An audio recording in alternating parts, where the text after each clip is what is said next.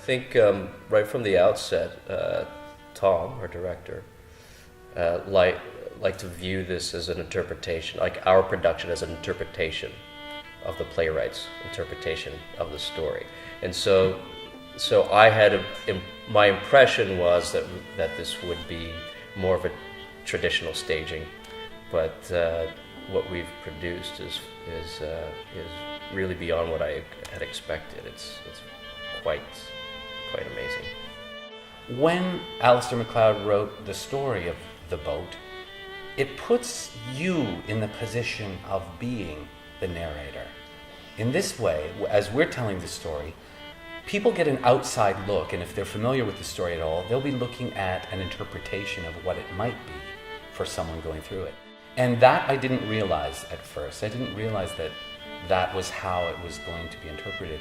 I don't know that it's changed any of my own sort of way into the story, because it has become a very personalized, as we do with, I think, those kind of stories, a personalized story. So, but the realization that was happening only came in the last, I would say, couple of days, and as we were putting it all together. So, I mean, that's essentially the story of the play. How does somebody grow up in a tradition, in a community, and honor it, and yet honor themselves, their own wish in life and what they want to do, and how do you even discover that, and that painful process of asking yourself what you want to be. And I think it's a beautiful story. But I would say that people should come and hear Ryan put that into words, because this guy is one of my favorite playwrights.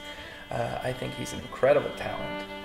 He has a way of putting very complex ideas into our way of saying it, or a way of saying it that we would recognize as familiar.